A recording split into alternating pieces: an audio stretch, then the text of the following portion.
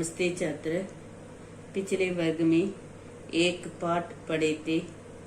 उस पाठ का नाम था जीवन और शिक्षण।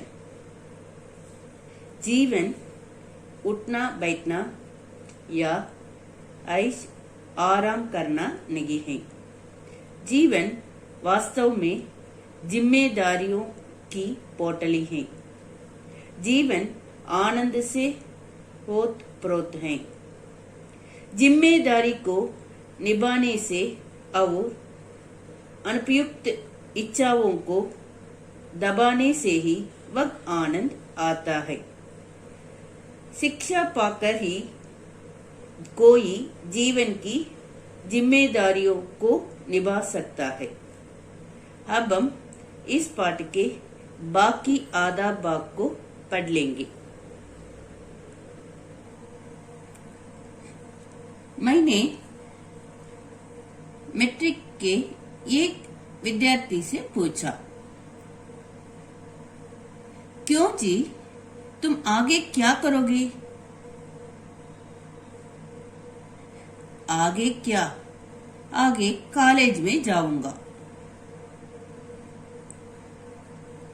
ठीक है, कॉलेज में तो जाओगे, लेकिन उसके बाद एक सवाल तो बना ही रहता है। लेखक ने मैट्रिक के एक विद्यार्थी से पूछा, क्यों जी, तुम आगे क्या करोगे? विद्यार्थी ने उत्तर दिया, आगे क्या? आगे कॉलेज में जाऊंगा। ठीक है, कॉलेज में तो जाओगे, लेकिन उसके बाद एक सवाल तो बना ही रहता है। सवाल, प्रश्न तो बना ही रहता है, पर उसका अभी से विचार क्यों किया जाए? आगे देखा जाएगा।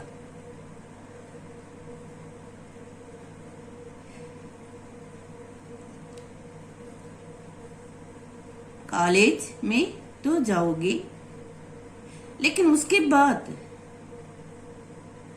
एक सवाल तो बना ही रहता है। सवाल तो बना ही रहता है, पर उसका अभी से विचार क्यों किया जाए? आगे देखा जाएगा। फिर 3 साल बाद उसी विद्यार्थी से वही सवाल पूछा। अभी तक कोई विचार नहीं हुआ।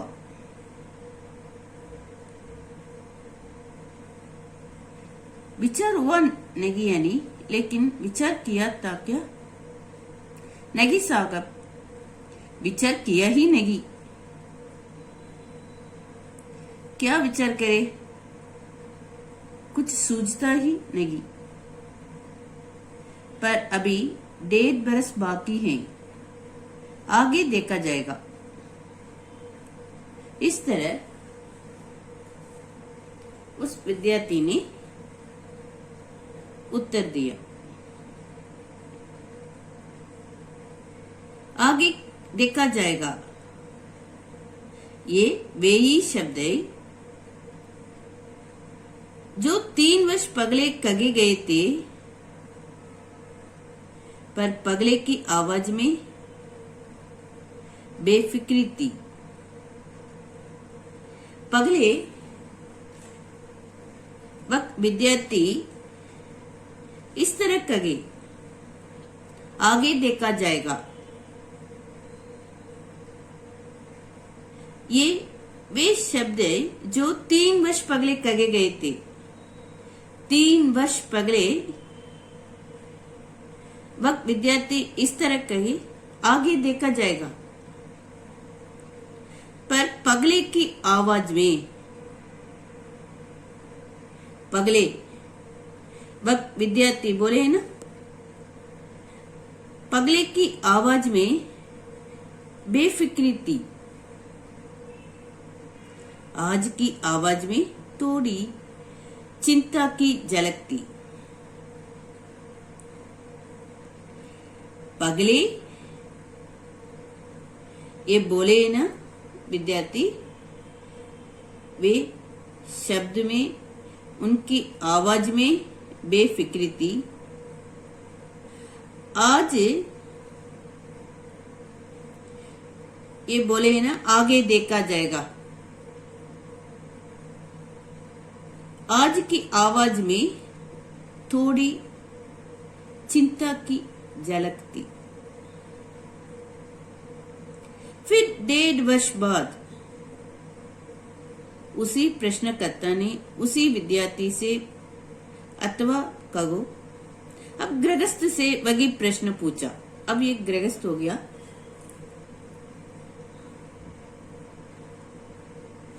डेढ़ वर्ष बाद उसी प्रश्नकर्ता ने उसी विद्यार्थी से अथवा कहो अब गृहस्थ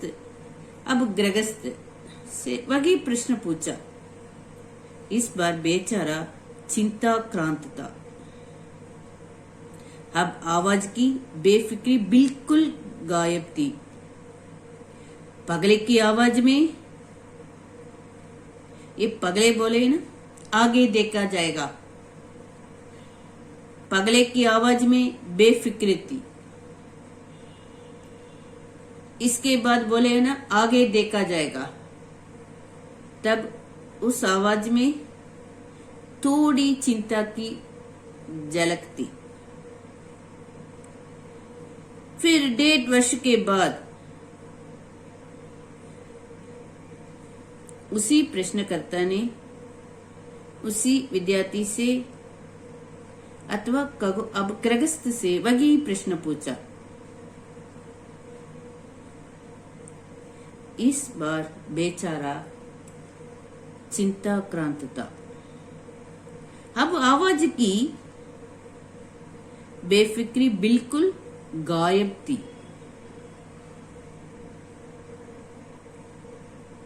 अब उसकी आवाज में चिंता की झलक थी। आज की मौत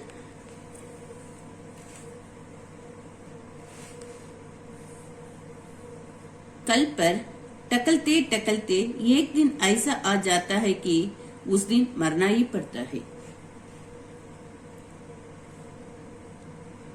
आज की मौत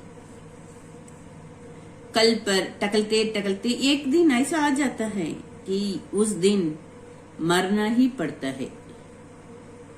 वक्त प्रसंग उन पर नहीं आता जो मरने के पगले ही मर लेते हैं, जो अपना मरण आंखों से देखते हैं,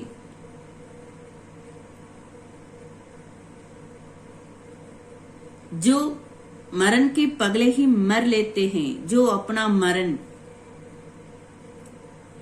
आंखों से देखते हैं।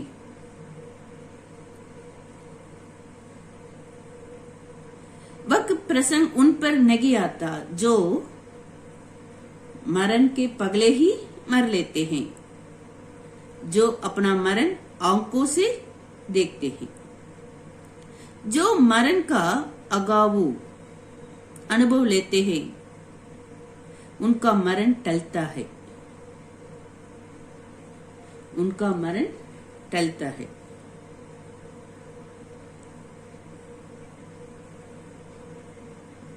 जो मरण का अगाऊ अनुभव लेते हैं उनका मरण टलता है, और जो मरण के अगाऊ अनुभव से जी चुराते हैं, इसका अर्थ है काम से पीछा छुड़ाना, यही अर्थ है। इधर जो मरण के अगाऊ अनुभव से जी चुराते हैं, खींचते हैं, उनकी छाती पर मरण आ पड़ता है।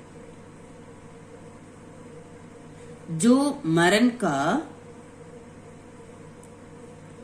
अगाऊ अनुभव लेते हैं उनका मरण टलता है।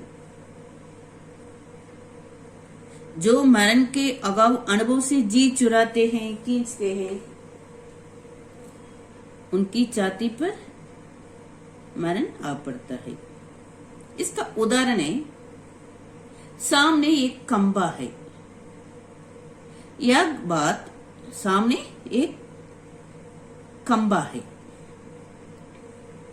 यह बात अंधे की उस खंबे का छाती में प्रत्यक्ष धक्का लगाने के बाद मालूम होता है।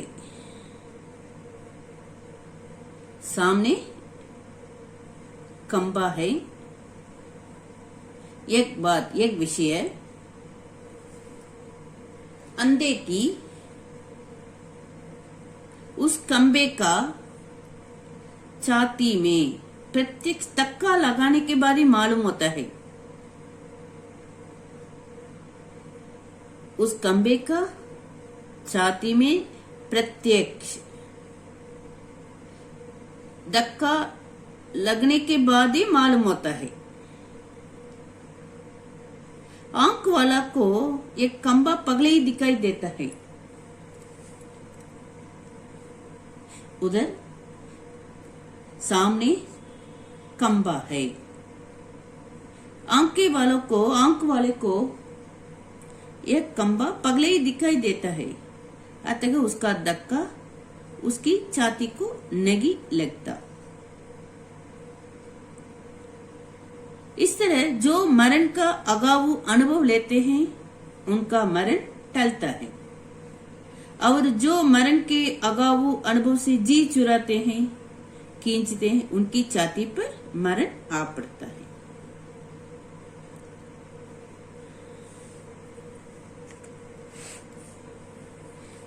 जिंदगी की जिम्मेदारी कोई निरी मौत नहीं है। जिम्मेदारी अंग्रेजी में रेस्पॉन्सिबल कहते हैं। जिंदगी की जिम्मेदारी कोई निरी, एकमात्र, निरा का अर्थ है, निरा इसका अर्थ है एकमात्र। जिंदगी की जिम्मेदारी कोई निरी मौत नहीं है। और मौत ही कौन ऐसी बड़ा और सी बड़ी मौत ही कौन ऐसी बड़ी मौत है? अनुभव के अभाव में एक सारा हौवा है। हौवा इसका अर्थ है असाधारण और डरावनी चीज। अनुभव के अभाव में एक सारा हौवा है, असाधारण और डरावनी चीज है। जीवन और मरण दोनों आनंद की वस्तु होनी चाहिए। जीवन और मरण दोनों आनंद की वस्तु होनी चाहिए। कौन पिता है जो अपने बच्चों के लिए परेशानी की जिंदगी चाहेगा? ईश्वर के प्रेम और करुणा का कोई पार है? ईश्वर के प्रेम और करुणा का कोई पार है? इस तरह लेखक प्रश्न पूछते हैं। ग्रह कार्य